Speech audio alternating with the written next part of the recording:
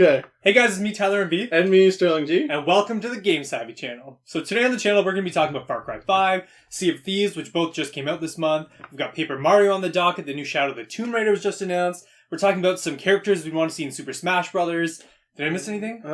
Yeah, man. Most important, how you doing? I'm doing good, man. Yeah? Thank you so much. Yeah, how are you? I'm good. How was the Easter weekend?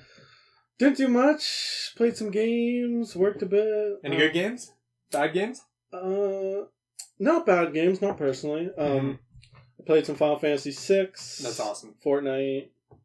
And some Don't Starve. Dang. Speaking of bad games, like you mentioned, I've got a little story. Little story time. Little story time. So I was at work the other day. Oh, sorry. I was at work and I went to go sit in the break room, which I never do because I hate people. But I sat there and this guy sat with me and we started chatting. And I'm like, oh, I'm really tired because of like school and stuff. And he's like, oh, what do you do? Like, I'm taking my degree for professional writing at the college.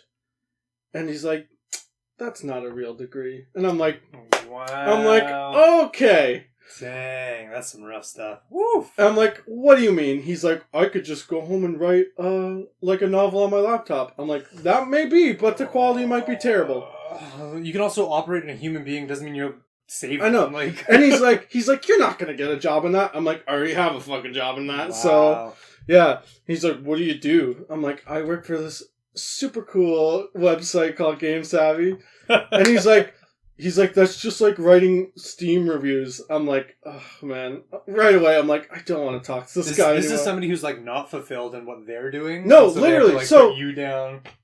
So I'm like, man, like, what do you want to do in life? And he's like, I want to be a blacksmith. I'm like, okay, that's fine. Like, you can do whatever you want in life. But like, I'm like, are you going to school for it? He's like, no. Like, do you have any connections? No. I'm like, and you're making fun of me? Dang. But like, because we were talking about games for a bit. And I told him about, like, you know, I wrote a review on, like, Shadow of the Colossus. And, like, I don't truly think any game is bad. Yeah. Games have bad aspects. But he's like, no, there's bad games, trust me. Like, what do you think is a bad game? He's like, Call of Duty. I'm like, Call of Duty's not a bad game. Like, it might have bad aspects of it, but it's not a bad game. He's like, no, they make a bad game. It's a $1 billion franchise. I know, that's what I said. And I asked him, I'm like, man, super serious. Like, I'm like, do you honestly think the developers sit there every day, these people who freaking love what they're doing, sit there every day, and they're like, yeah, I'm going to make a game. Today I just don't care. I'm going to make the game crap. Yeah. And he's like, so of course. He's like, yeah, they do that. Oh, and I'm like, God. hey, tell me one thing about Call of Duty that's bad. Obviously, there's things. I'm like, tell me one thing. And he was about to, like, speak. I'm like, don't say it's just a bad game. Just name something that's bad about it. And he's like, it's just bad. I'm like, I don't want to talk to you anymore. Speaking of bad, here's a music video about Sea of Thieves. I had no transition there. I was just like... Are you ready, kids? Aye, aye, Captain! I can't hear you! Aye, aye, Captain! Oh! Who the hell eats a banana like this? Sea of Thieves, yeah! Where else can you find a pig at a Kraken? Sea of Thieves, yeah! If hunting for treasure is something you wish, Sea of Thieves, yeah! then offer a bucket and throw it like this! Sea of Thieves, Ready? yeah! Sea of Thieves, yeah! Sea of Thieves, yeah! Sea of Thieves, yeah! Sea of Thieves, yeah!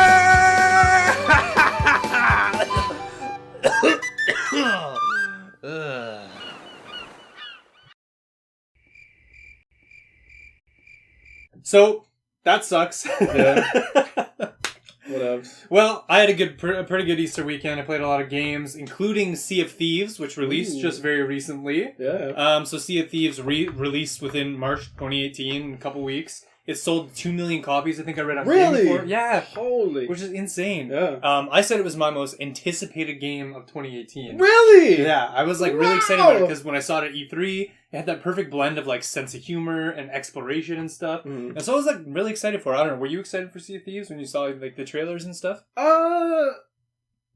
Yes, I was like, it's one of those things where like I get excited for other people. I'm like, other people are gonna enjoy this, Yeah. so I'm happy about it. No, okay. Like I don't own an Xbox, so like I was just like, it looks good. Like I'm happy for Xbox having that exclusive, and that people are hyped about this. So yeah, that's awesome. So I haven't actually bought the game yet. I've been watching like a ton on Twitch and stuff, and a ton on YouTube because like I do that before I buy a game. I you know, I do a lot of research into it. Yeah. All the reviews on IGN. And instead of like being really like meeting this game with like excitement, I'm instead meeting it with a lot of skepticism. Yeah, which, that's like, what I saw. It's so weird. Yeah. Like before, people were so down. Then like as soon as it released, people are like, nah. Yeah, like because so Rare by design, they want you to play with friends. They want you to play with a group of people. But there are some people out there that just don't have groups of people or don't have, you know, and they have looking for group, which is basically the only like band-aid that they can put on that for the antisocial like me. But but like the problem is that there's not a lot of like solo stuff that you can do in the game, which is unfortunate because it is such like it's got a great sense of humor. It does have that exploration type stuff. And on top of that too, it's one of those things about by design, if you're watching it on Twitch or on YouTube, it's like so boring to watch because it's 90% of it is just like sailing the waters. And when you talk to people who actually play it, they're like, no, that's the best part. Like manning your ship with all your friends and stuff. So I don't know. I love all the memes that come out of it. Like the people like on the high seas and the guy's like, look out! And it's like the pirate ship with the Pirates of the Caribbean like coming to crash into them. I know there's been a lot of good stuff like that coming out from that. You mentioned though, you said like playing alone versus playing with friends. Yeah. What do you like? Do you like playing like? Are you more of a solo or like? I'm way more of a solo. Yeah. So I used to be, me and my friends like every night Xbox Live like we would play, but then I started like waning away from that and like I like gaming solo personally, but like there's some stuff where it's like I would enjoy this so much if I was playing with a friend. Like I started playing the first Resident Evil because I've never played it. I'm like, man, I want to get a couple friends and like grind this out. Like this game is fun. Like I feel like it'd be fun to play with other people. Yeah. Not even like literally play with them, just like have them there to like enjoy the experience. Yeah, I'm too like self-conscious about what I'm doing, and I'm also like a very tedious gamer. Yeah. Like I will look behind every corner and every box and stuff, and so like I get like this anxiety where I'm just like, oh, I need to look at all this stuff, but like I'm totally annoying them because they want to just go ahead and do it. So I don't know. It's just like backseat gamer. Like, like you're a backseat gamer, so it's like, man, these people must be pissed. Yeah, and so that's one of the problems with Sea of Thieves. It's just like, you know, I would like to go into that world. I'd like to explore it, but it's got to be on everybody else's time, which is kind of just like not for me, and that's super disappointing. But again, people who say that they're playing it with all their friends, they're having like a ton of fun with it, and that's what Rare designed the game for, is to have fun with your friends. So. That's fine. Like multiplayer games are like they're good. I'm glad they exist. Like I would personally go for a single player game, but like for those people out there that like they want to just game with their friends, like man, I wish I could do that all the time. Yeah, absolutely. That's like,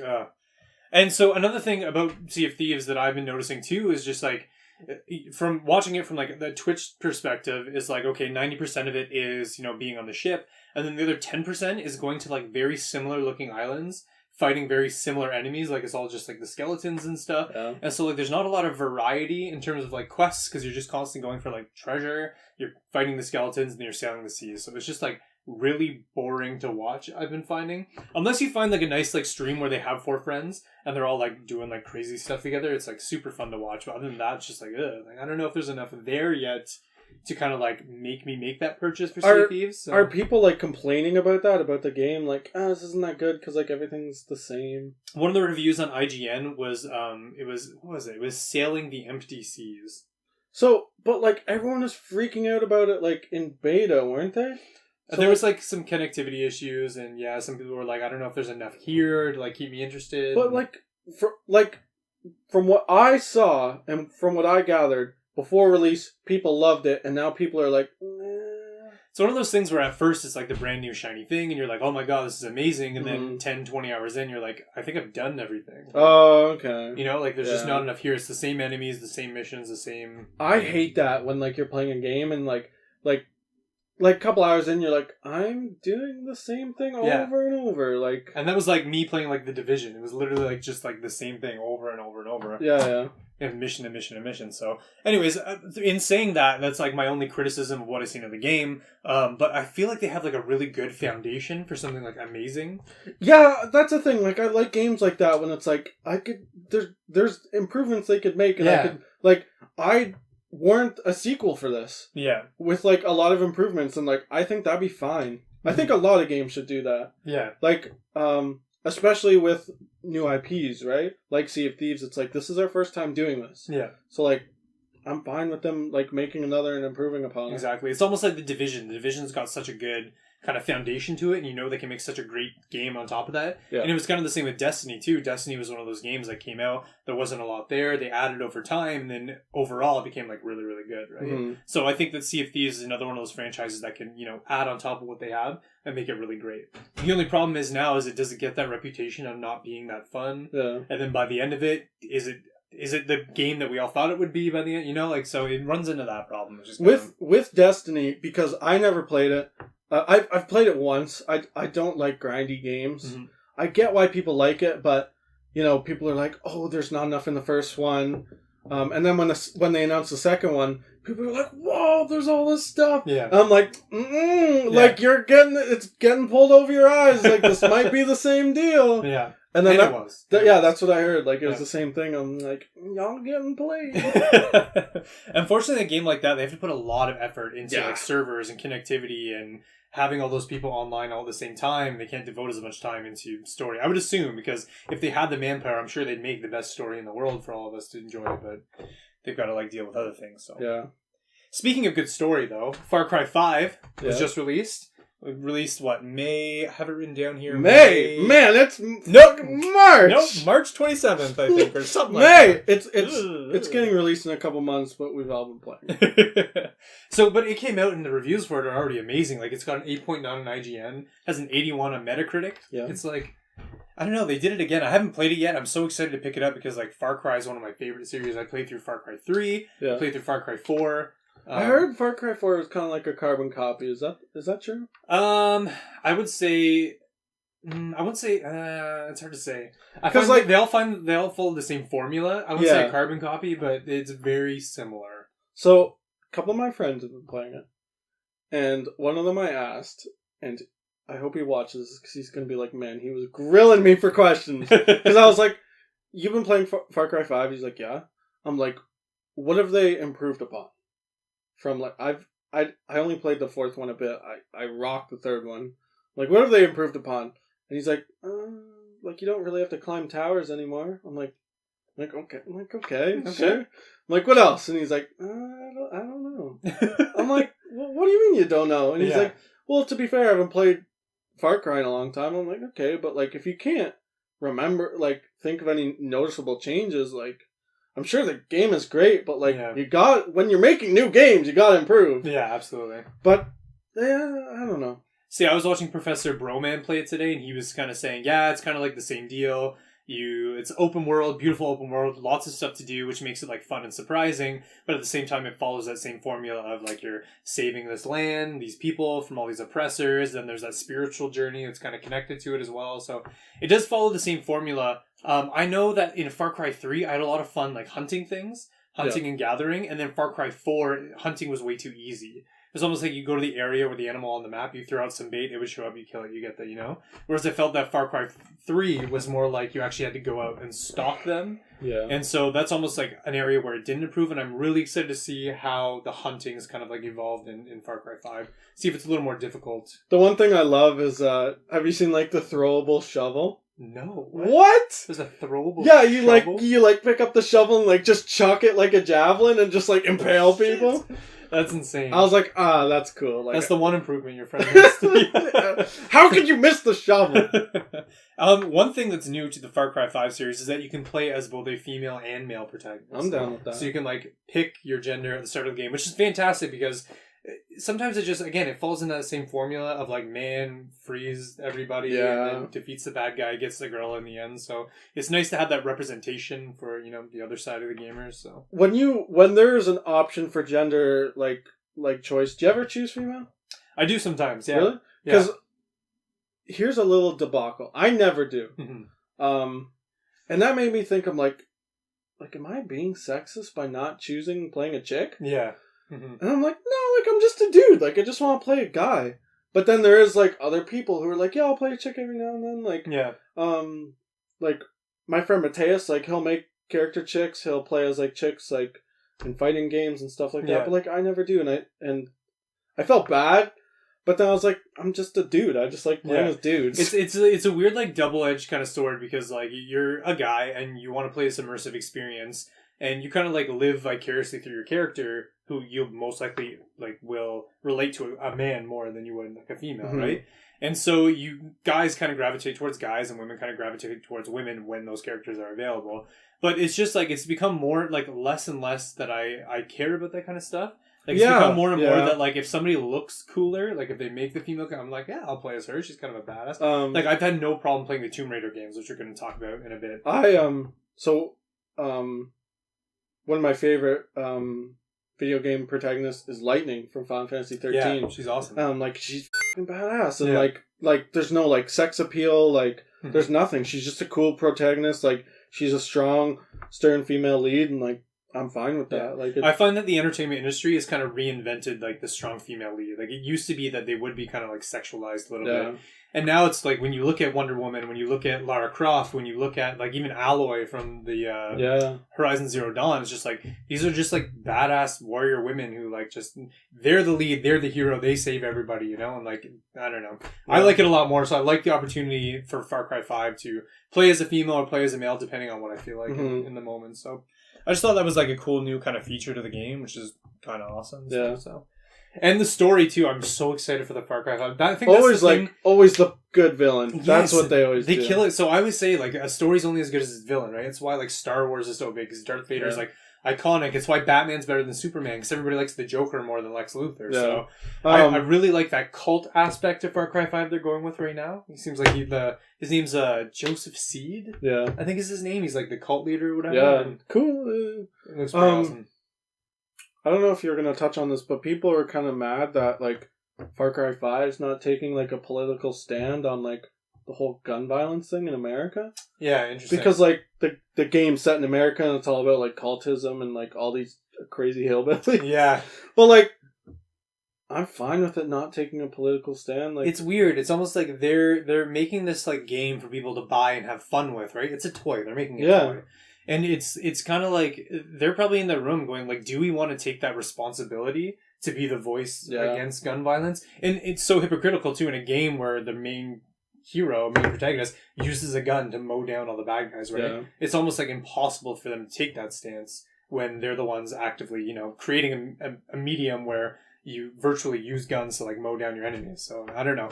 I'm kind of on the fence about that. I would like some sort of message that's just hey, doing this kind of stuff is bad or wrong or something.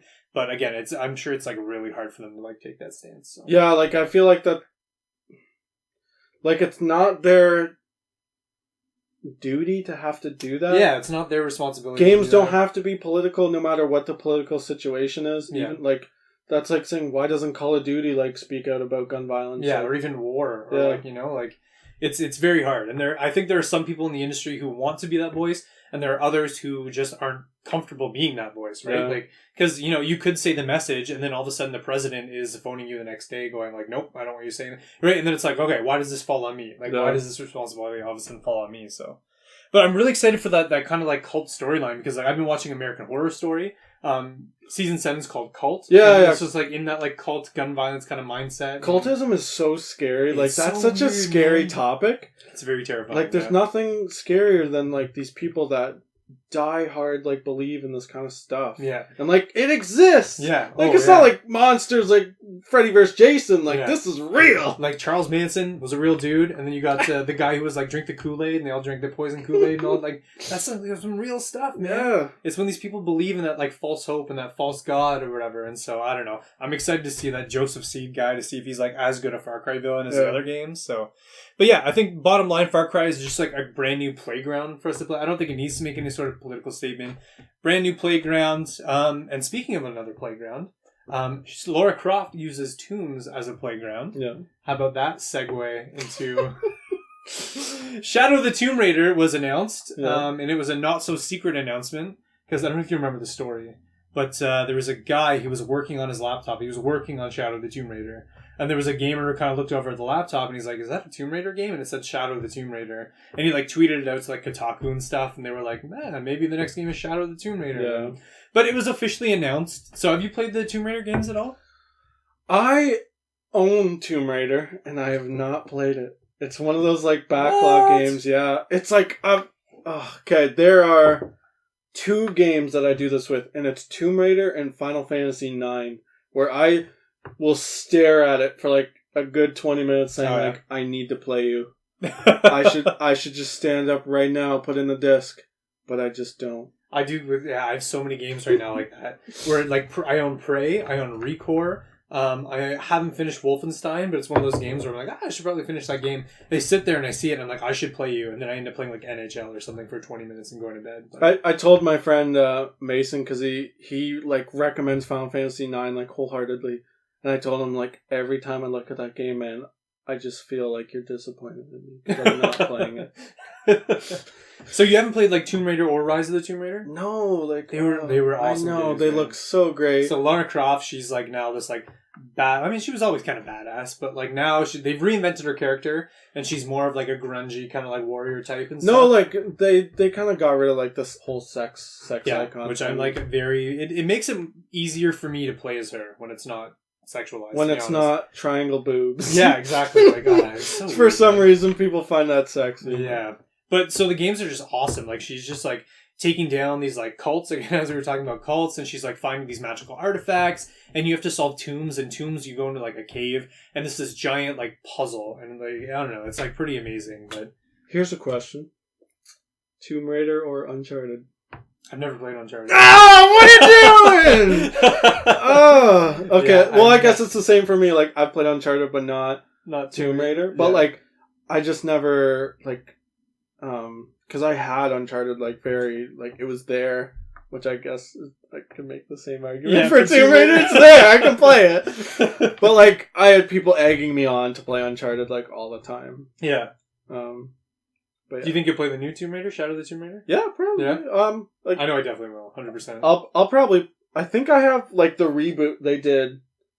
Like for first the one, or- 360 and like PS3. Oh, yeah. Yeah, that's the one I have because it was like free with like Xbox Gold or Yeah. something. Yeah. I'm excited to see where they take the Shadow of the Tomb Raider, because in the first Tomb Raider, the game kind of made sense up until the third act, where it got very supernatural, and there wasn't like any supernatural elements in the rest of the game. And so you're kind of like, this is kind of weird. Does each game have that like a supernatural? No, element? so the second one has less of the supernatural stuff and focuses more on the artifacts and stuff like that. And so I'm excited to see where the first game is, because I like a little bit of supernatural, but I like the natural progression of it. And so I kind of want there to be, I don't know, something in there supernaturally. So I'm excited to see like where they kind of take that.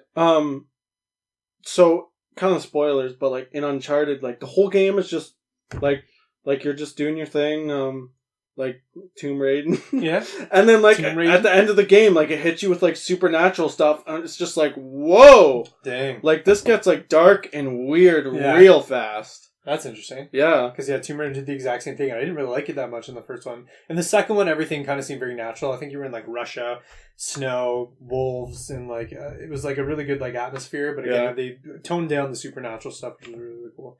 One thing that I hope they improve upon in the Tomb Raider games is, I actually wrote an article on this on the Game Savvy website. It's called Hand-Holding in Video Games. One of the biggest problems in the game... so one of the most fun aspects of the game is raiding tombs. Makes sense. It's called Tomb Raider. And so there are these giant puzzles that are so exciting to solve. You see, like, kind of ancient technologies being used and all that stuff. But the problem with the game is... You'll go in, you'll be looking at it, and you'll be like, what should I take on first? And she's like, maybe I can light that torch. And I'm like, why are you telling me that, man? Like, I want to figure that out for myself. And so you light the torch, and you're like, all right, what's next? She's like, maybe I can shoot it. Shut up, Laura! Shut up! I just want to solve this puzzle on my own. So they teach you that, and well, they didn't really teach you that, but I learned that myself, is that in writing, like, you can't be too on the nose. Like, say if I was, like, describing you in a book, I can't be like, right off the bat, this is Tyler, he has blonde hair, he's 26, like, the reader's like, this is, like like you're just feeding me information. Yeah. Like that's not entertaining. It's just like pandering to your audience. Yeah, it's just but, like, spoon feeding. Yeah, Hand holding needs to be minimal. Like you need to incorporate tutorials and gameplay and like a fluid motion. So like Persona 5 probably has like a 30-hour tutorial. Oh, dang! Wow. And then in Final Fantasy 13, like the game doesn't like give you everything until like the 10th chapter. Yeah. Mm-hmm. Like it's crazy. Yeah. Like some games handhold so much. And I got the idea actually because I was playing Animal Crossing, like the new mobile game.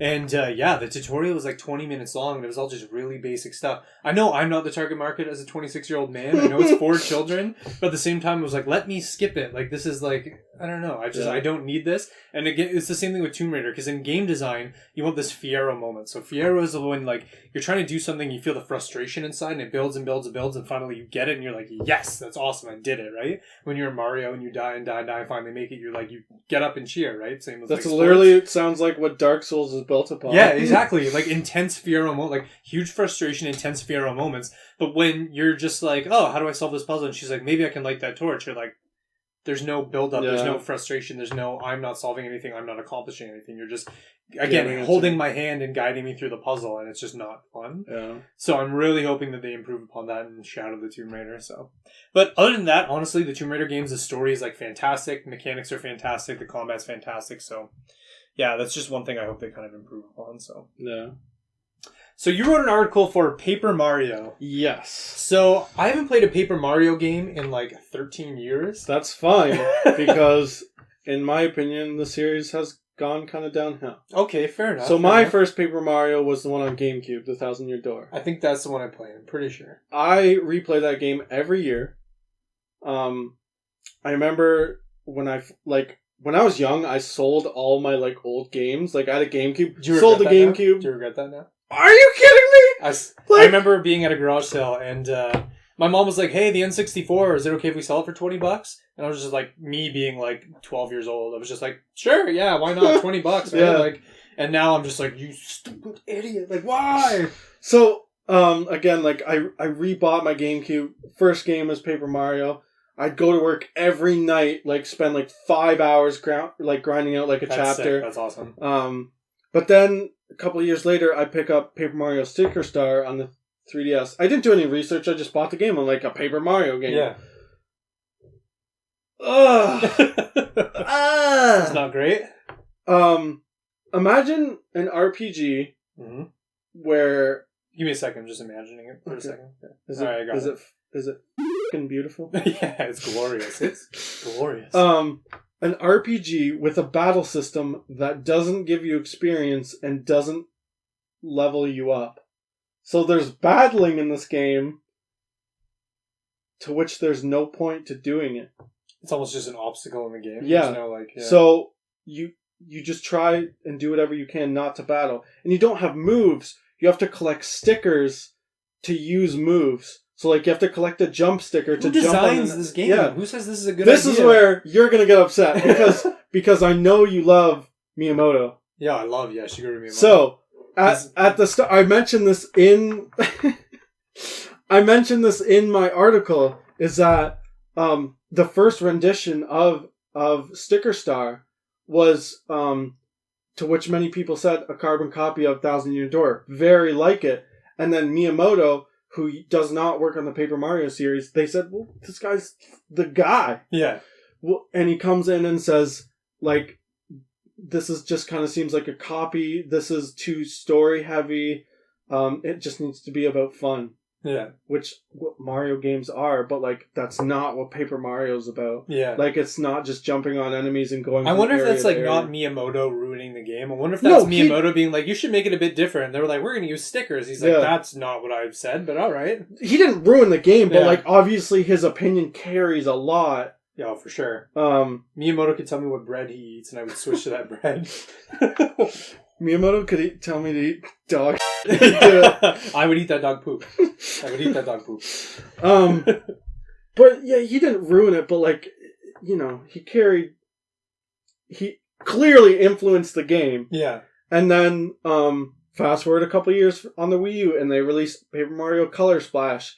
And the fan backlash was so hard. They're like, this is just another color splat or sticker star. Like, it's just nothing. Yeah. There's no RPG elements. There's no cool characters. It's weird that they would have a franchise that clearly like did well, sold a lot and stuff, and it was a specific genre, and then they're just like, we're gonna not use that genre anymore, but keep selling games. So I forgot to mention, it goes from Paper Mario 64 to the Thousand Year Door to Super Paper Mario, and Super Paper Mario was on the Wii, and it went from an RPG to a platformer, where the gimmick was like you switch from 2D to 3D and like navigate areas.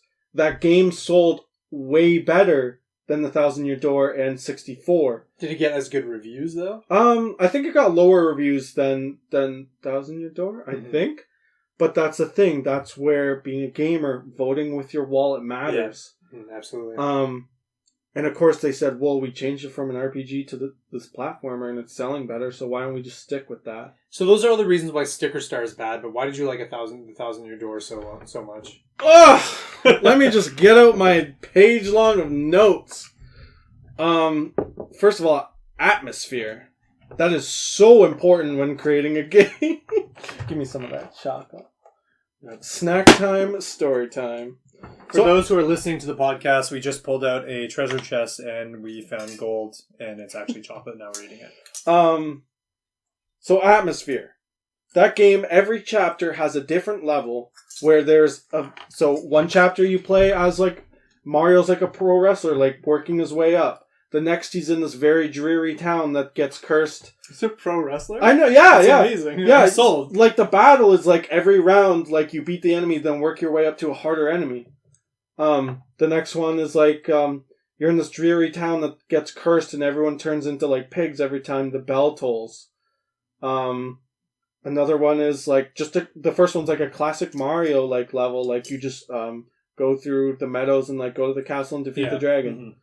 So that's one thing. Another thing is Mario's always a silent protagonist, but in 64 and Thousand Year Door, he has these cool ass partners where like they give commentary, they have different moves, they affect battles, they affect the puzzles in the game, like you need them to do some of the puzzles.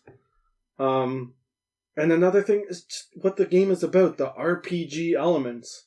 They improved from 64 to Thousand Year Door so much. Yeah. There's things like you play on like a stage where the audience affects like your special power meter, where like if you do cool moves, they'll give you more star power. Yeah, so there's almost like a point you're doing the combat. Exactly. Yeah, it wasn't just an obstacle in the game. It was actually fun getting into it and earning something from It's such a beautiful game. The music, the graphics, the characters. It had a deep story. Yeah. It was more than just Bowser steals Peach and that's it. Yeah. Like Mario goes to the moon! Like that's crazy, yeah.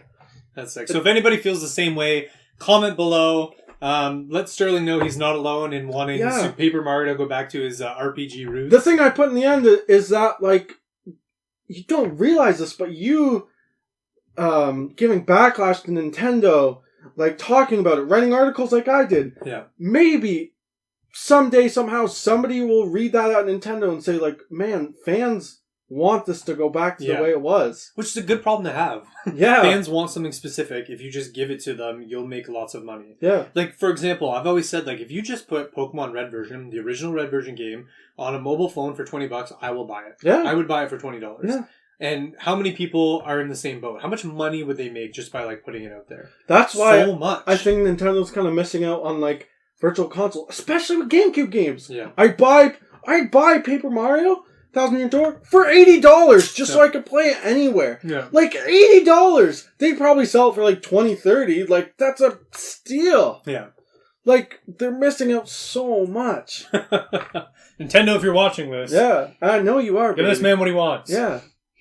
So I wrote an article on the GameSavvy. Also, by the way, if you want to check out the article, you can go to GameSavvy.net, where you find Super Mario Should Go Back to His RPG Roots, written by Sterling Guilherme. Is that how you pronounce your name? Guilherme? Gilherme? Yeah. I always say Guilherme. It's Portuguese and like with a bit of French down. Cool. Yeah. Yeah, because it sounds fancier. Sterling Guilherme, you know? Sound like you're coming from like Paris or Yeah, but in reality, I just came from like this redneck town. So I wrote an article, and it was about, you know, are gamers athletes? can video games be sports? Mm-hmm. It was kind of an interesting deep dive because I honestly I had no idea. And I was talking about it with my fiance, who's been an athlete her whole life. She played soccer, and she was absolutely like, no, gamers are not. And I was like, wait a minute. Like, an athlete is somebody who puts, effort and training into their muscles to get stronger, to get faster, in order to play a game. And so, when you think about chess and poker and even video games, you're constantly training your brain. Is the brain a muscle? No. But it's definitely a important function of the body, I would say. If not the most... the brain's not that important. But it's just like... So, we're all going to be in computers one day. It's no big so, like, my opinion is that games are not a sport. But then when you talk about esport players who, like, dedicate their lives, like, they spend hours, like, they've got blisters on their hands from playing so much, and they're constantly, like, in a state of strategizing and creativity and trying to come up with a new move to kind of be the best in the entire world, right? Like, I've been playing games, kind of, like, for fun my whole life, and I've never thought about putting all that time and effort into something that's professional and thousands of dollars on the line, and you've got this whole stadium of people watching. No, go ahead. Okay. So I was just thinking, like, is it possible? And I think, no, I don't think it's possible. I don't think a chess player will ever be considered an athlete because there is an element of physical activity. There's an element of exercise. There's an element of, but I do think with emerging technologies such as virtual reality and augmented reality, that games are going to become more physical. And I think you will one day get that hybrid sport that kind of, is a game or is a video game, but is also a sport. Like, you need athletes to play it type deal. So I think one day gamers can be athletes, and I think video games can be a sport, but for now, I think it's best that just, esports and actual sports just kind of separate. I'm going to play devil's advocate and kind of disagree. Sure. Cool. Because I think it is a tough argument because, like, I ain't exercising sitting there playing Mario. Like, yeah. I'm just sitting there chilling. But at the same time, like, gaming takes skill. It does. And skill is, like, it's basically what makes you good at sports. Yeah. Because when you watch professional tournaments like Halo or Overwatch or stuff, the talent level that they have, the talent gap that's there is just, like, so incredible. Like, the moves that they pull and the strategies that they pull and just, like, even just coordinating as a team, you're just like, oh my god, I could never be that good. Like, the other day I was, I've been playing Halo my whole life. The other day I went to the Blurry Pixel with a buddy of mine, and I rocked him at NHL. Mm-hmm. He was kind of mad at me, so he's like, you know what, we're playing Halo. And I was like, oh god. I've been playing Halo my whole life, but he destroyed me. Yeah. I would literally see him first, and I'd be like, I've got him, and just boom, headshot. It's just like, what is happening? A good comparison is like in an athlete's term. Yeah. Like, that's like me... It's like me playing Call of Duty against my dad. Yeah.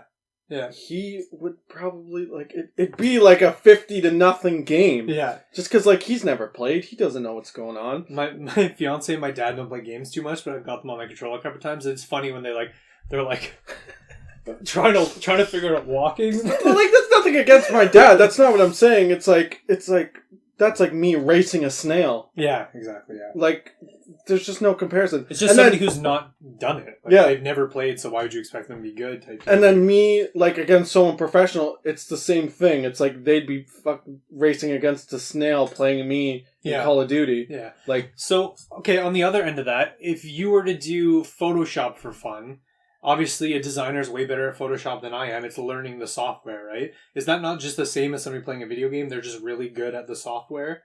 Because I would say Photoshop takes skill. These games take skill. Neither of them are sports, but both take brain power. I'd say like something like Photoshop is creating an art. Okay. Whereas playing a video game is more skill-based. Fair enough. Yeah, no, I kind of agree with that. But at the same time, disagree because I do not think video games are sports. I'm not like, they're sports, man! Like, yeah. It's like... It's an interesting argument because, again, it's just like, okay, so here's my kind of, like, final thought on it is that, like, I think the worst thing that they did for pro gaming is that they called it esports. Yeah. Like, I think because then you have this discussion, like, well, is it a sport? Are these people athletes? Mm-hmm. Because they're not. They're honestly not. They're playing with toys. Like, these are professional toy players. Wait. Do you consider video games toys or art? I consider them toys, but sometimes toys can even transcend to become art. Because if you think of the greatest action figures of all time, I think those are pieces of art. Here's the deal. Get the out of me. But they are toys. You're meant to sit down and play with it and have fun with it. But I mean, think of how much dedication and passion went into making that toy. Well, think about how much dedication and passion goes into making action figures. It's the same thing. You've got artists, you've got sculptors, you've got... I don't know. I think that's kind of like just on the assembly line, just kind of going. That's what non-people in video games, though, think about video games. Yeah, it's but that's not what happens. Write a couple lines of code. That's not what happens. You make video games! You know what this is! But the people outside of video games are like, oh, like, I just want to make this game. It won't take too long. And I'm like, that's going to take a long time, man. Yeah, but that's just a misconception. Like, with action figures, like, maybe someone is sitting there painting the one all day. The prototype, yeah. You got to get the prototype. The prototype, the yeah. first sculpt out, and then... I don't know. Like, think of all the manpower, passion, money that, like, goes behind one game. Yeah. I still think it's a toy, though. It's a toy, but I think they're art. But no, because I think there are some games that aren't art. Like, I think when I play, like, What Remains of Edith Finch, which I just, like, beat, or when I play, like, Ori and the Blind Forest, oh my god, Ori and the Blind Forest is so good. Like, that transcends the medium, like, the storytelling is, like, so, and the audio is, like, so good, that it's just like, wow, that, like, I just played through a piece of art. Yeah. But then there are games where you just play through a piece of crap. Like, there's just the other side of it, right? And so I think... Give me an example. Of a really bad game? Yeah. The new, like, Thief remake was just, like, so bad. Okay. I know that was, like, 3 or 4 years ago, but I remember playing it being like, this is not good. Is it a bad game, or is there just bad things about it? It's a bad game, man. Okay, see? Like, we're gonna have a whole podcast on this. Well, you can we're say, gonna do one that's just... Is somebody a bad person, or do they just have bad aspects about them? You can have bad people. And you can have bad games. This is so, like, no, I'm serious. We're gonna have a whole podcast, just one day, dedicated to, like, philosophy and video games. Okay, for sure. Absolutely. But in conclusion, I think the worst thing they could have done is called it esports. I think they should have just said pro gaming, because it is its own beautiful thing. Like, pro gaming, it's apart from, like, professional football or basketball or hockey. You're never going to get Wayne Gretzky or Michael Jordan out of it, but, you know, you could get, like, really good pro gamers that, like, transcend the medium somehow and become, like, the LeBron James and have, like, you know, Nike all over them and sponsorships and stuff. But the problem is that they've been lumped in with athletes because it's called esports. And because of that, you know, you've got companies like ESPN and even the Olympics and TSN, all these companies are, and the NHL even too, just recently, signing on to all these, like, esports things. And so you're getting the sports into the esports, and it's just like, it's becoming a mess. You know, there's always been debate about esports being in the Olympics. Do you think that should happen? Do I think like, just video games in the Olympics being their own thing. I don't think they should be in the Olympics, but I would love to see them in the Olympics, if that makes sense. The thing I love about the Olympics is, like, all those people who don't give a crap about these sports, and all of a sudden around the Olympic season, they're super into it. Oh, it's like curling. Yeah. And then, like, I'd love to see that with video games. Like, people have no idea what's going on, being like, yo, you watching the goddamn Halo tournament tonight? Yeah. Like, I love Halo. Yeah. And it's like, you know, this person's never played Halo in their life. The problem is, too, is just, like, I don't want them to be part of the Olympics. I want their own Olympics. Yeah. Like, why isn't there every 4 years, like, the biggest gaming tournament in the world? Oh, that'd be cool. Really? With like, all the games, like, same Olympic style, right? Yeah. Like, why can't that be a thing? And the problem, too, is that, like, all these tournaments are happening all over the world, but there's not one medium. Like, there's not an ESPN for pro gaming. Yeah. Which is, like, a huge issue. And there's not one place where I can, like, oh, I can see the tournament here at this time. Or there's, like, the Video Game Awards, right? Like, that's... Which is amazing. Yes, absolutely, yeah. So, like, there's that, but why can't there be something like that for esports? Yeah. I think it's because, like, so in the Olympics you have, like, things like the Winter Olympics, like curling, skiing, snowboarding. But, like, think of how many different video game tournaments there's gonna have to be. Yeah. Like Smash Bros, Call of Duty, Halo, CS:GO, like... I can name it's gonna be really, really tough. But then again, if you think of the sports too, is like there's so many sports. Yeah. You've got the racing 100, the racing 200, the racing 400. Then you've got curling, and then you've got, you know, like hockey. And so I think there's probably going to be that, like, you know, for the Winter Olympics, hockey is like the big thing. Yeah. And then for the Summer Olympics, it's like, what is the big thing for summer? Swimming, basketball, running. I don't know. But you're gonna have that, like, one big game. But I don't know. I would love to see that one day. So, and again, that could be one of those things where down the road, it does end up like that gamers kind of like transcend and athletes kind of transcend and they kind of like merge together and it's like a game just became a sport. So Yeah. But speaking of competitive games, Super Smash Brothers. Yes. So you wrote an article about all the characters you would love to see in the game. Yes. Tell me about a couple that you'd love to see and why. Oh, my first one. This is like, I put it in my article. I was like, this is my personal favorite. Yeah. Waluigi. Yeah, I read that. Ah, the meme lord himself. like I think nowadays on the internet, you only get big if you're meme worthy. Yeah, like if you can meme yourself. Yeah, because it's like the entertainment on the internet right Yeah. now. So. No, he's been an assist trophy in Brawl and 4. Give me some of that. Take more chocolate. And he's always been my favorite Nintendo character. Always never gets enough credit, enough spotlight. He's never had his own game, eh? No. And he's like such a big character too. Yeah. Which is kind of people funny. love him. Yeah, people do love him. I remember Mario Tennis, like seeing him for the first time when it came out for the N64. He's the reason he was my character. He was always the one I picked for some reason. I don't know why. I always play him in Mario Kart. Yeah. He's my character. Yeah. And like I probably consider switching my main from Ike to Waluigi. Yeah. There was two characters on the list that I was like really pumped about. The first one was Goku, which I said in the last podcast. Just because like you had like Snake from Metal Gear Solid in the game, and so I could see Goku being like a very similar character with different movesets, but like style wise and stuff. And it would just be so great to like see him like speed, strong, Kamehameha, Spirit Bomb. Like the thing is, so sick. Is that like he's not a video game character, right? He's an anime character. He obviously has a big history in video games. He's had a lot, but then it kind of blurs the line of like what should be in Smash Bros. That's true. And Nintendo usually likes to stick with its own franchises, even though they deviated with Metal Gear Solid and stuff. But I would still love to see Goku. I think that'd be number one. Number two was King K. Rool from Donkey Kong Country. Yeah. I think that would be like absolutely amazing. I haven't seen him in like so long. Because he hasn't been in anything since like I remember Donkey Kong Barrel Blast. Donkey Kong 64. He was like the main bad guy, and then what was the? And then remember the old like Teletoon cartoon. Oh.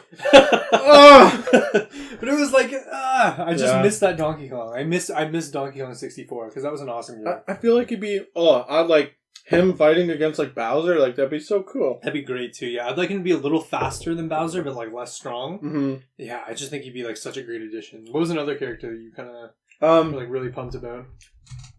I think they should take out Lucina and add Lyn from Fire Emblem 7. And why is that? There's 3 clones of Marth at this point. Yeah, there is. I'm tired of it. Yeah. I don't like clone characters. I get that they're different. They deal damage differently. I don't like clone characters. They're just like, they just have very similar, if not the exact same playstyles. But then Smash gets criticized for having like a bunch of characters who just use swords. Yeah. Which true. like Lyn falls into that same category. But like she's one of the most popular Fire Emblem characters. Yeah. And then there's also the criticism that there's too many Fire Emblem characters. Well, I'm fine with them not adding any, but like I just think Lucina, like, take her out. Like she's not a big deal. And then there's the other criticism that Nintendo doesn't add enough female characters in Smash. That's true too. Yeah. So you're still having another female character in there. Is that really a criticism? I've heard Daisy, that. Peach, and Samus, and there's no Daisy. There's Daisy's not in it. no. Peach, Zelda, Samus, Rosalina. Yeah, Rosalina. Palutena. Is Pikachu I don't boy or girl? I think Pikachu is a dude. Have we ever has that been established? Is that canon? No, I don't know. I'd like to know. But yeah, no, I can see. I mean, more female characters doesn't hurt the series. So Yeah. and if there's an outcry for it, then absolutely. Yeah. What was another cool one? Travis Touchdown from No More Heroes. I don't know what game that is. I read it and I was like, okay, that's a game. It's like No More Heroes. He's like an assassin who has like the Batman backstory, like dead parents, like bad like relationships. Oh my god. And like all he does all day is just play video games and like veg out and be a huge loser. And then he like wins this like beam katana in I think he wins it in like a arcade game or something, and then he gets like inducted into like this Assassin's League where you have to beat your way up from like killing the next target. That's pretty awesome. Yeah. No, and No More Heroes Travis Strikes Again comes out on the Switch. It's like a spin-off game of the series. It's not No More Heroes 3, but it looks interesting. It's cool. Yeah, that'd be awesome. He seems like a cool character. Like, he likes like anime, video games, and like pro wrestling. Like, that's his thing. Yeah. So like he uses all that to like kill his enemies. That's so sick. Yeah. And if you guys want to see the rest of his characters, you can go to GameSavvy.net, or it's one of our featured articles, and go check out 10 characters that we'd like to see in Super Smash Brothers. And I know you had Ribbon Girl from ARMS, and what's another one that you had? Andy from Advance Wars. Andy. I thought that was the one I was most pumped about. Yes, because I was just like, oh my god, I haven't played Advance Wars? Yeah, I did. Oh, I love that game. It was so good. I actually won it in a contest. Really? Yeah. So at the exhibition here in Ottawa, they had this like wood kind of fence, and there was like 10 of us, and you had to stick your tongue on the fence. And last one on there won a Nintendo DS, and was it DS? No, SP. The first flip one. Oh, it was a SP with the light backlight. Yeah, and a copy of Advance Wars. And I was like 9 or 10 years old at the time, and I was against some like 20-something-year-old dude. Really? Yeah, and I was on there for like 6 to 8 hours. And it was just like, they didn't think it would go that long. And they were just like, oh, he's a kid. Like, he's not going to go out. I wanted that Game Boy. I'll tell you what. And so they ended up giving him a way better package. They were like, listen, man, if you like come off the fence, we'll give you tickets to the Sens game, tickets to this concert. You'll get VIP passes. Screw that. I want the Game Boy. And he was 20-something. So he was like, fine, that's a sick deal. And me as a 9-year-old, I'm like, Game Boy, let's go. Woo! So I won. Is there any characters I didn't add that you would like? That's a good question. I was thinking about it. I'm always a big fan of like all the Pokemon. I'd like every Pokemon ever. Was really pumped to see Goku on the list, but are there any characters?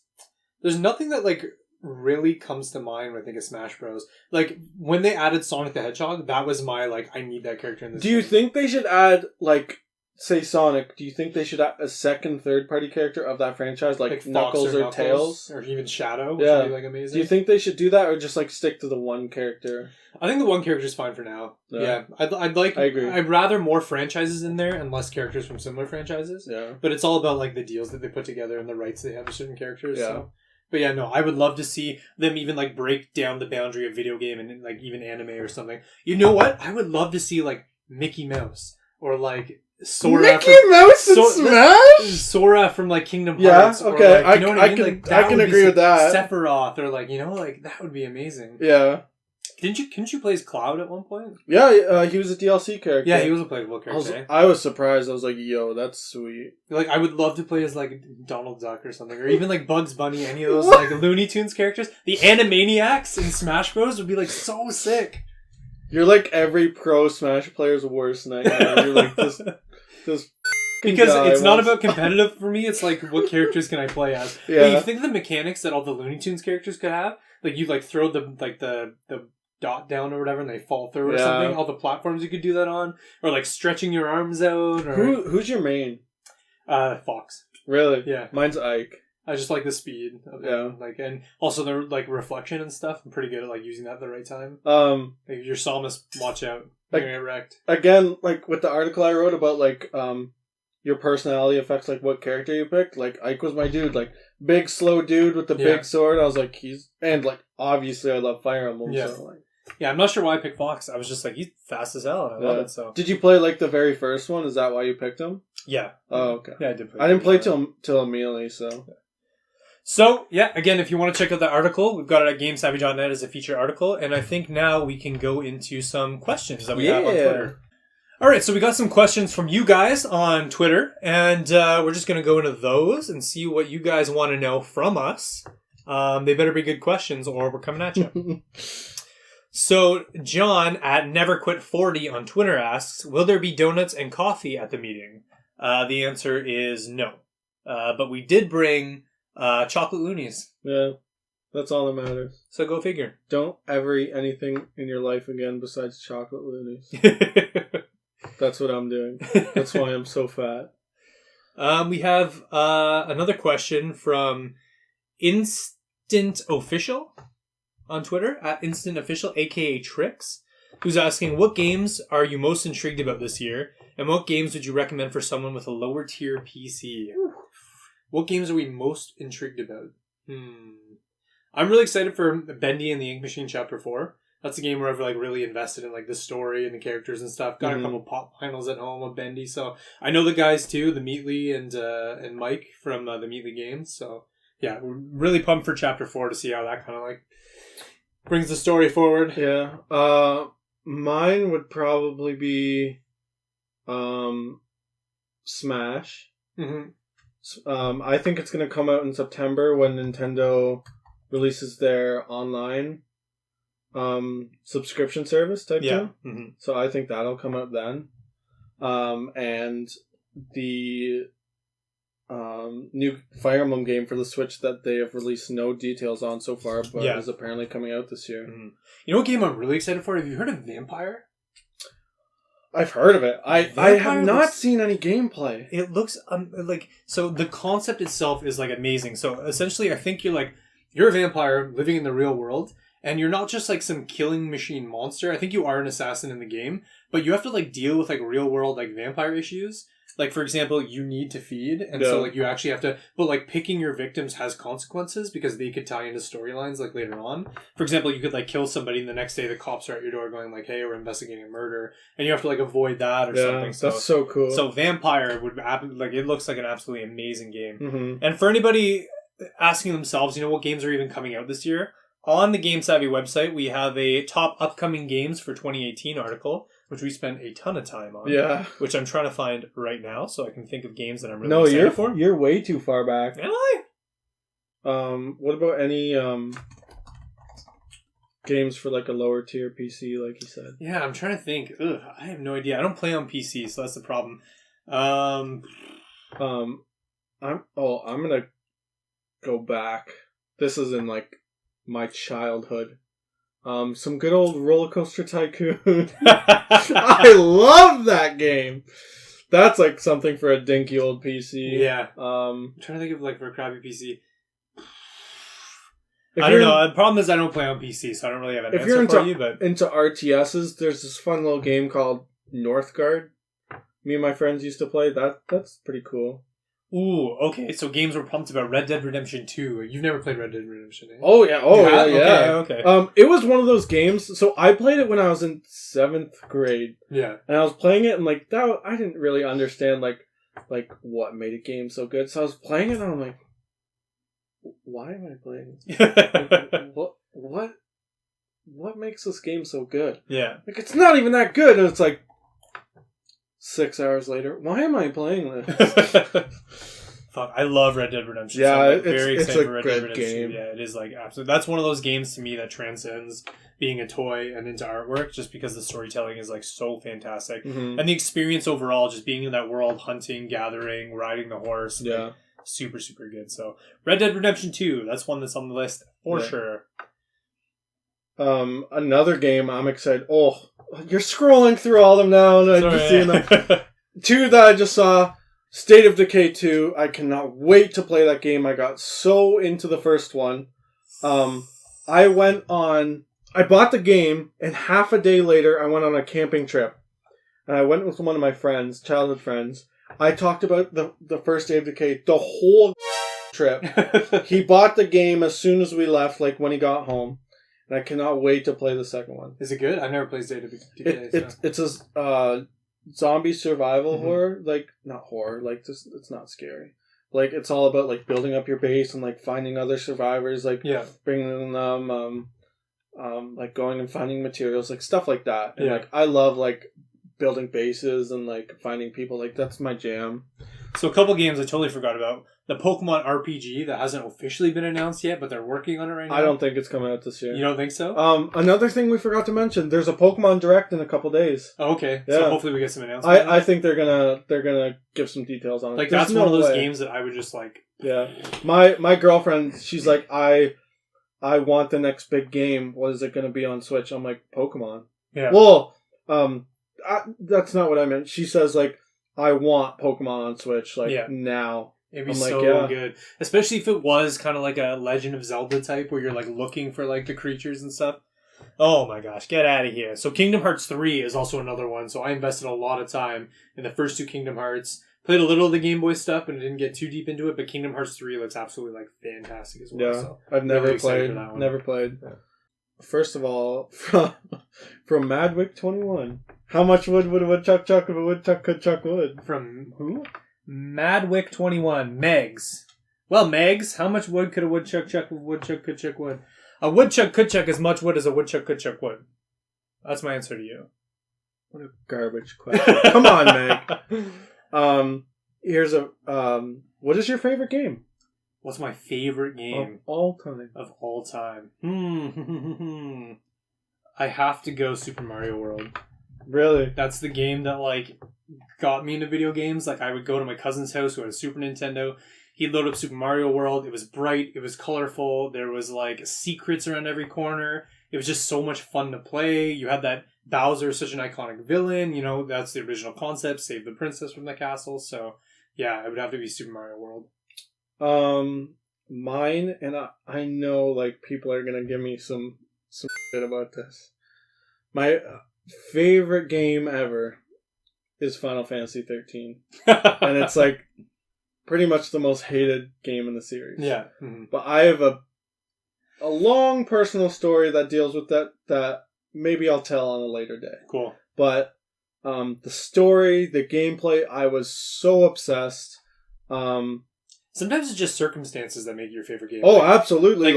I'm always up between Super Mario World and Ocarina of Time because Ocarina of Time I had such a fantastic time playing. It's obviously a very iconic game. It's like one of the best in the series. But I played it like very closely with my brother and my father at the time, so it was almost like a great bonding experience the whole way around. And like that game is like very close to me. So, but the one that inspires me most in creating my own games is definitely Super Mario World because Miyamoto is a god. Well, I watched a like this huge long video series about Final Fantasy 13 and why like it is a good game and why it's not. So I went back and just rewatched all the gameplay to see for myself, like give another look at it. Yeah.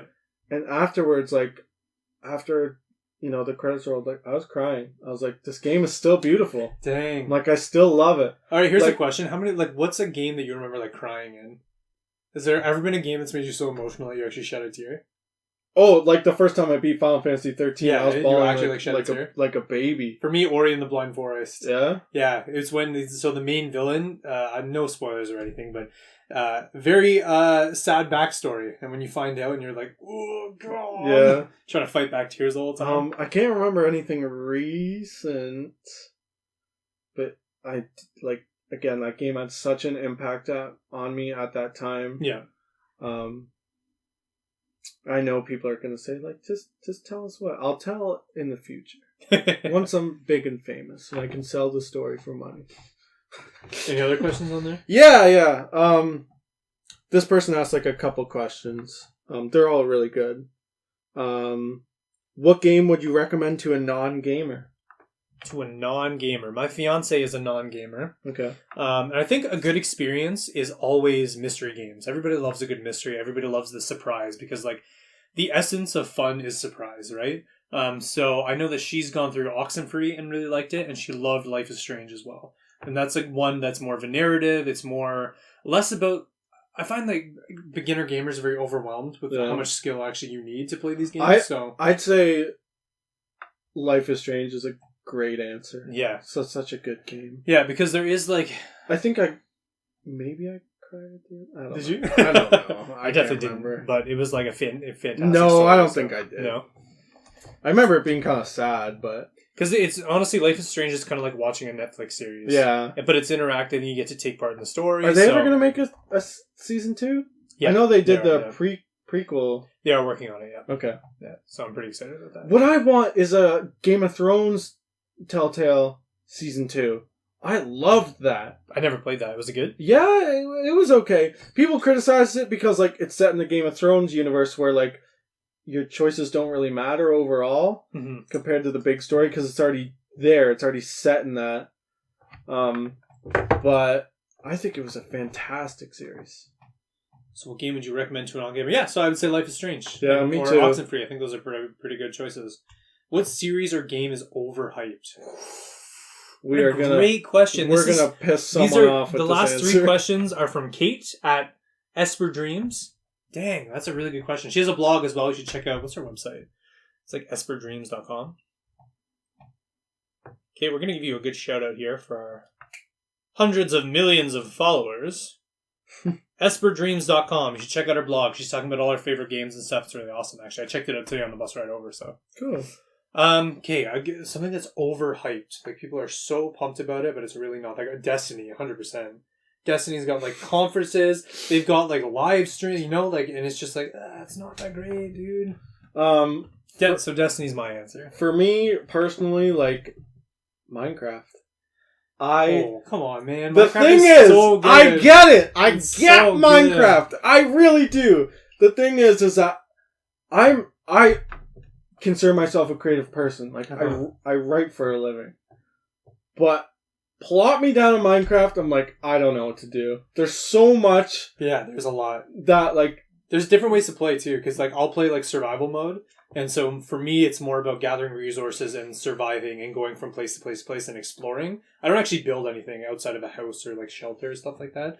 So for me, I play it that way and I have so much fun with it. But there are other people like my brother who will like actually build something amazing, and so yeah, and then like that's the thing. I'll play with some of my friends and they're amazing, and I'm just like, yeah, I don't know. Minecraft, like, it's not like overhyped. I just don't get it. Fair enough. It sold for $2 billion, but yeah. No big deal.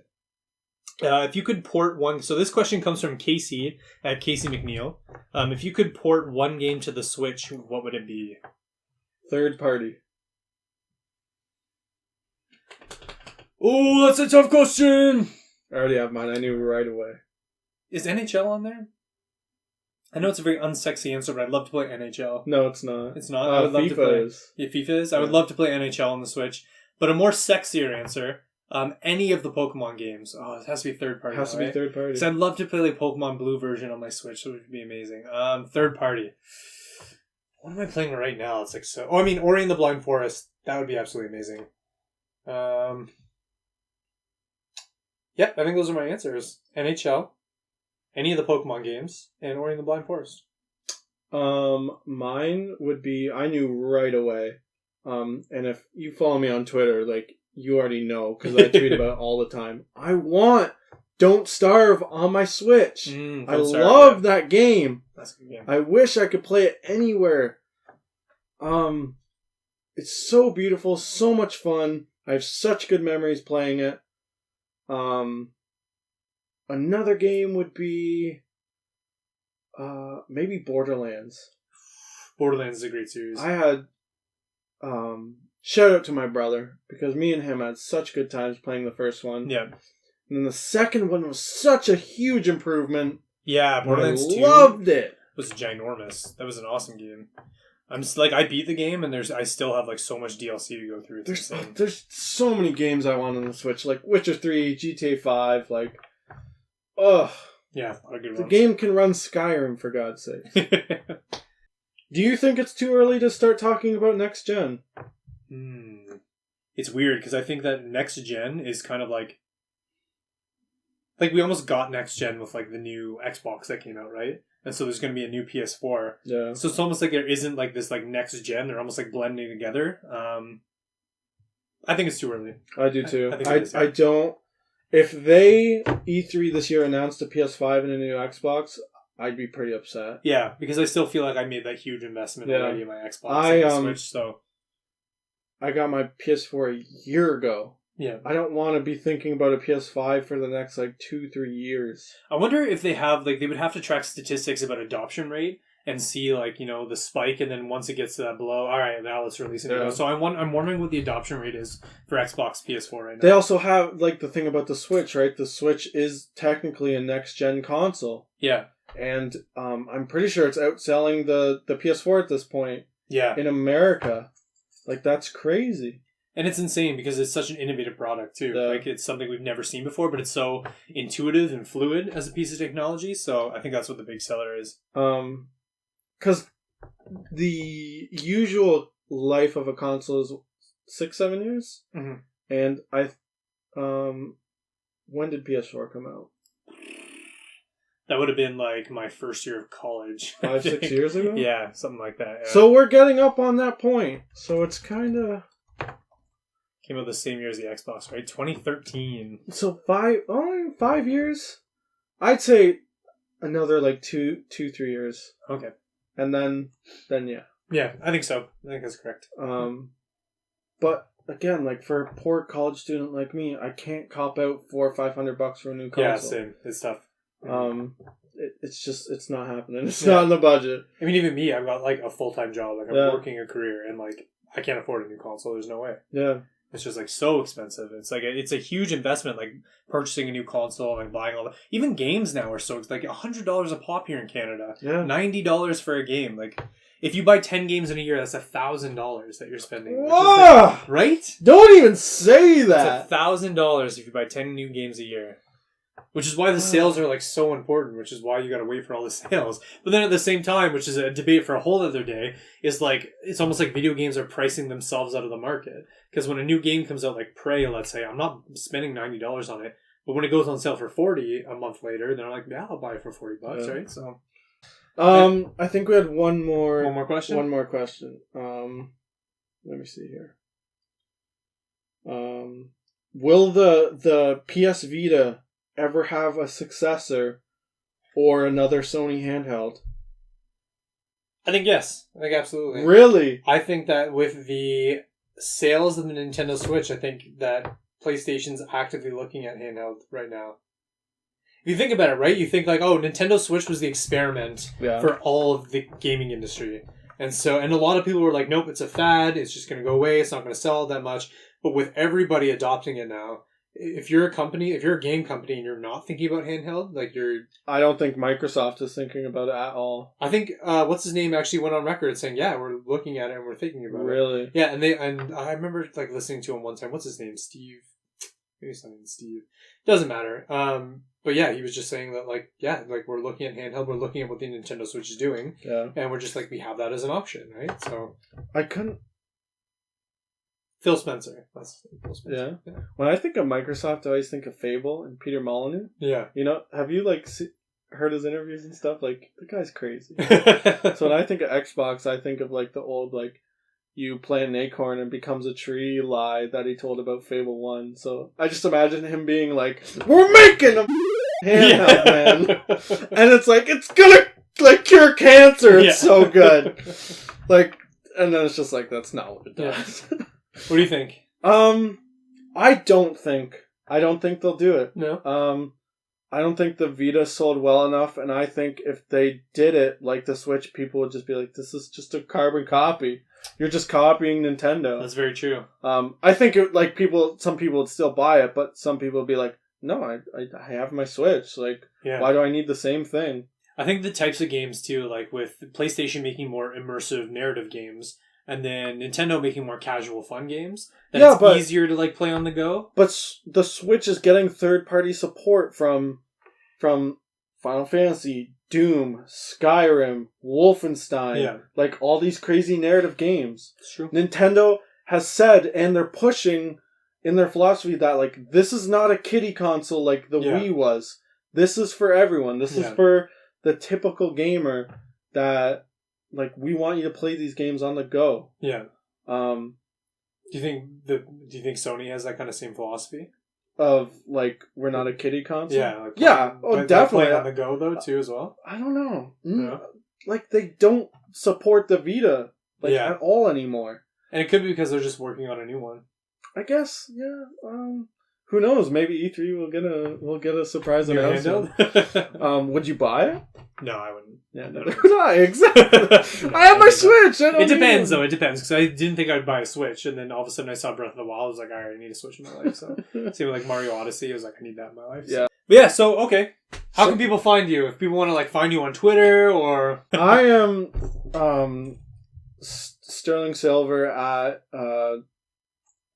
twitter.com at Sterling Gill. I'm on Twitter. Cool. You can find me on Twitter at TylerMV_. Yeah. And you can also follow the whole thing on Twitter at GameSavvy. So check us out. We like check us out.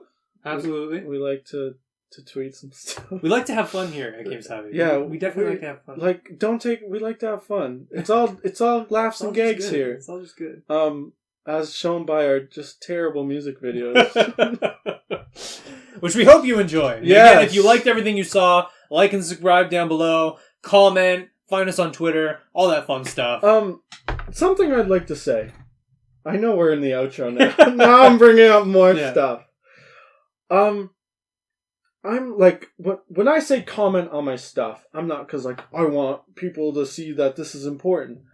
I want to talk about it. Yeah, that's exactly I want you to criticize me. Our whole goal is just to talk to passionate gamers. Exactly. So if you're a passionate gamer and you're watching this, absolutely reach out. We'd love to talk to you. If you think there's something we can improve on this podcast, tell us. If you think like my grammar was terrible in my article, tell me. But like, yeah, if you have thoughts about any of the games that we talked about on the podcast, tell absolutely us. leave a comment. I'll talk to you about it all damn day. Yeah. If you completely disagree with me, I'll talk to you about it. If like, I always go into any discussion saying like, if you have good enough points, you can change my mind. Yeah, absolutely. I watched a big long video series on Final Fantasy 15 because I was like, I didn't like this game, but like I want you to change my mind. I want to like it. I want to. Yeah. I just don't. And with that being said, comment below and find us on Twitter. Yeah. And keep it savvy, guys. Yeah. What's your outro? Do you say like stay savvy, keep it savvy? I say stay savvy. You can be the stay savvy. I'll be keep it savvy. Stay savvy, keep it savvy. Same deal. Keeping it savvy. Staying savvy. Savage. No.